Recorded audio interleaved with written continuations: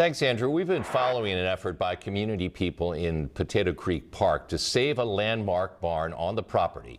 Community members tell us the historic red barn was originally going to be preserved. But it was later learned it would be demolished as construction for a $100 million lodge continues on the site. Our Meredith Scheimer joins us from the park to bring us an update on where it stands now. What used to stand here at Potato Creek State Park was a 117-year-old barn passed down through generations of the Narrigan family. But as we can see, efforts to try and save the red barn were futile. I was extremely disappointed in the Indiana Department of Natural Resources. It was shameful that they did this because it was totally unnecessary. They could have worked with us to save the barn, to move the barn. It wasn't something that was just ready to be pushed over into a pile of rubble. Preservation organization Friends of Potato Creek State Park says the DNR told them there was no timeline for demolition and that the cutoff date was April of 2026. While the state had the rights to the barn, advocates thought they had more time to save it and were completely shocked when they found it demolished Monday morning.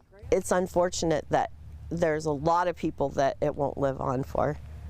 You know, when people come to the park and look for, and are across the lake and look for the barn, you know, it's not there.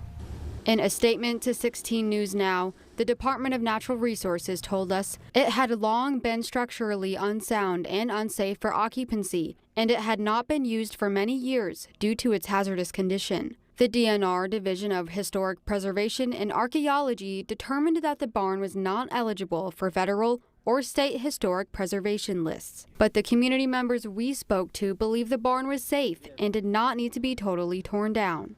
I've seen barns that are in disrepair. Growing up on the farm, being around these barns that are unsafe, that they would be a money pit to take care of. That barn was not in that shape.